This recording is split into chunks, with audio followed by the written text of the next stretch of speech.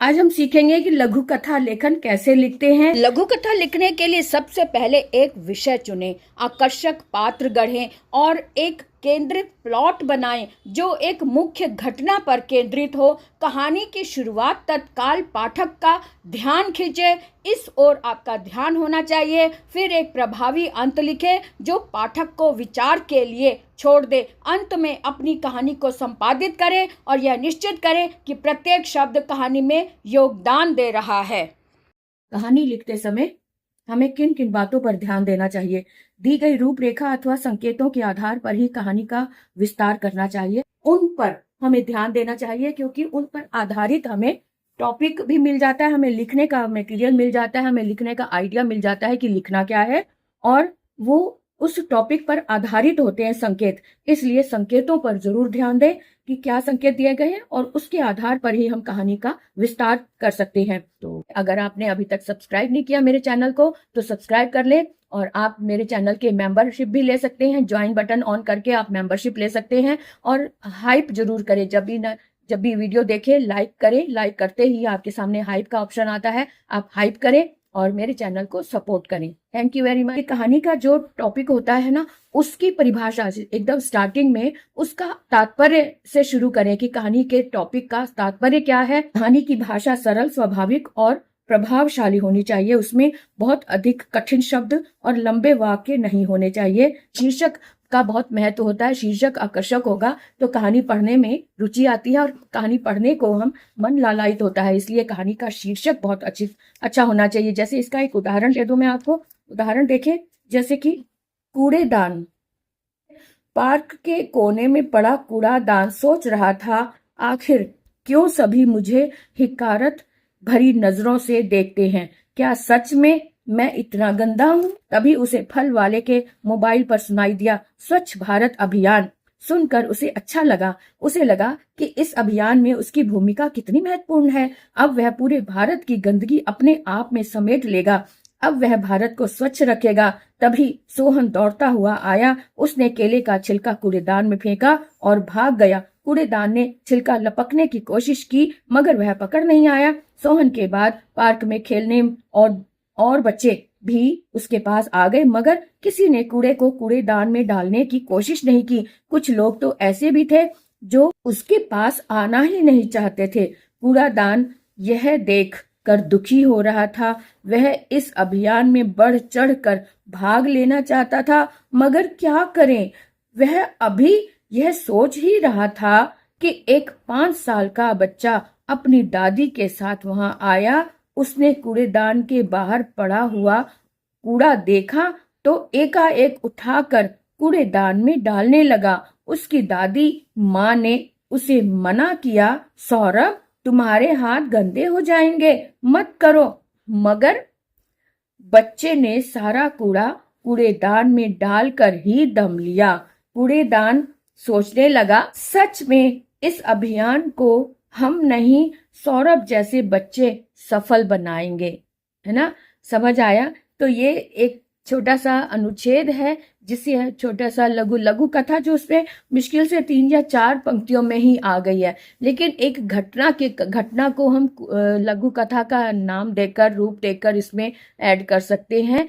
तो आपका जो टॉपिक है वो बहुत ही सॉलिड बन जाएगा। इस तरह से आप अपनी लघु कथा लिखने का अभ्यास करें।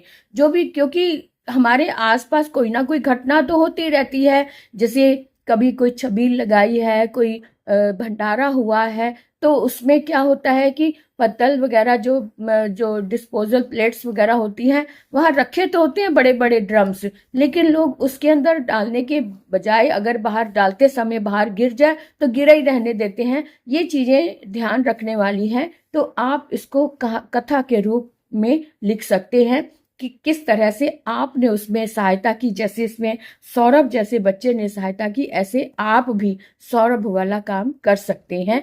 और भी बहुत सारे टॉपिक हैं। जैसे अब दिवाली आ रही है तो दिवाली के दिए पर 100 से 120 शब्दों में ये अनुच्छेद लिखना है। अनुच्छेद को लघु कथा का रूप देना है।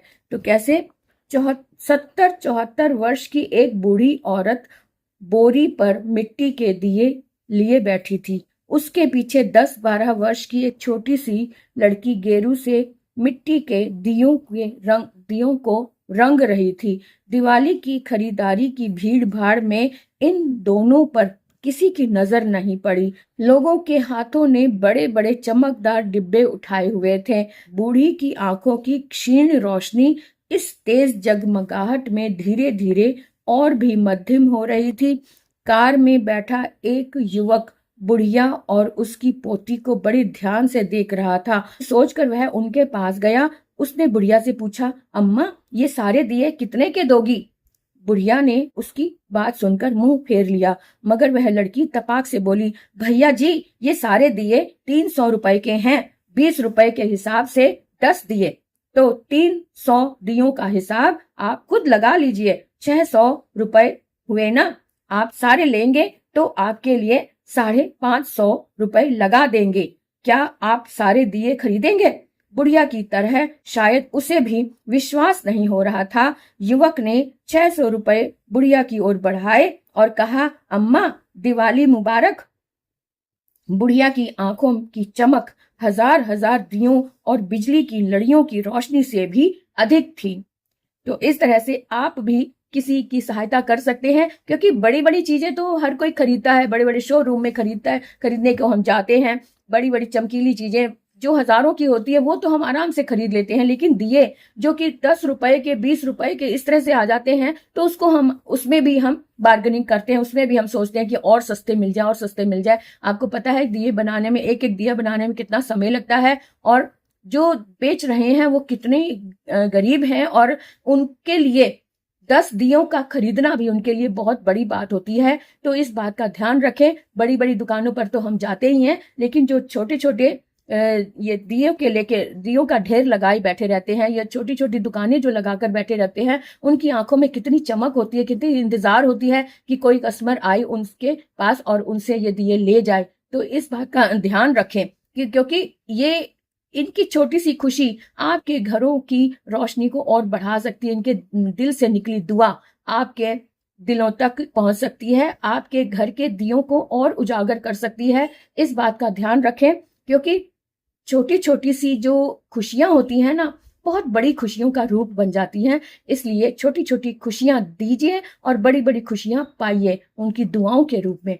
तो इस तरह से ये दिवाली के दिए विषय पर हमने आज पढ़ा। आप भी इसका अभ्यास करें और कोशिश करें कि अपने शब्दों में लिखें। जब भी कोई टॉपिक आप आइडिया ले लें इससे, लेकिन लिखें आप अपने शब्दों में, अपनी कोई कथा उसमें लिखकर, क्योंकि अपनी जब घटना हम उसमें लिखते हैं तो वो वास्तविकता बन जाती है और आपकी अपनी रचना बन जाती है। इस बात का ध्यान रखते हुए इन अनुच्छेद को लिखें एक लघु कथा का रूप देकर।